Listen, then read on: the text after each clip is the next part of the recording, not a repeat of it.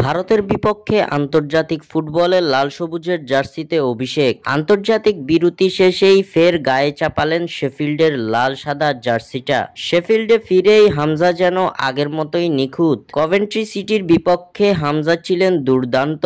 দর্শক, হামজা চৌধুরীর জন্য কমেন্টে লাভ রিয়াক্ট দিয়ে আপনাদের ভালোবাসা জানিয়ে দিন। গোল করেননি, অ্যাসিস্ট নেই, কিন্তু ইংলিশ ক্লাবটির জার্সিতে নেমেই হামজা হয়ে উঠলেন মাঠের সেরা পারফর্মারদের একজন। গোলটাও পেতে পারতেন, শট নিয়েছিলেন একেবারেই নিখুঁত, কিন্তু কভেন্ট্রির গোলরক্ষকের দারুণ সেভ হতাশ করল বাংলাদেশি ফুটবলার হামজাকে। তাতে অবশ্য ম্যাচ জিততে সমস্যা হয়নি তার দলের। ৩-১ গোলের সহজ জয়ই পেয়েছে দ্য ব্লেডসরা। ম্যাচে হামজা খেলেছেন ৮৯ মিনিট, বলে টাচ ৪৮ বার, ৩১ পাসের মাঝে ২৫ পাসই ছিল পুরোপুরি নিখুঁত। ডুয়েল জিতেছেন ২টি, প্রতিপক্ষের বিপজ্জনক পাস আটকেছেন ৪ বার। পুরো ম্যাচে তাকে পার করতে পারেনি প্রতিপক্ষের কোনো খেলোয়াড়েরা। ৮৯ মিনিটে তাই যখন মাঠ থেকে উঠছিলেন তখন পেয়েছেন সবার স্ট্যান্ডিং ওভেশন। হামজাকে উঠিয়ে নেয়ার পরেই গোল হজম করে তার দল শেফিল্ড ইউনাইটেড। ম্যাচের বেশিরভাগ সময় হামজা খেলেছেন ডিফেন্সিভ মিডফিল্ডার হিসেবে। ২টা ট্যাকেল,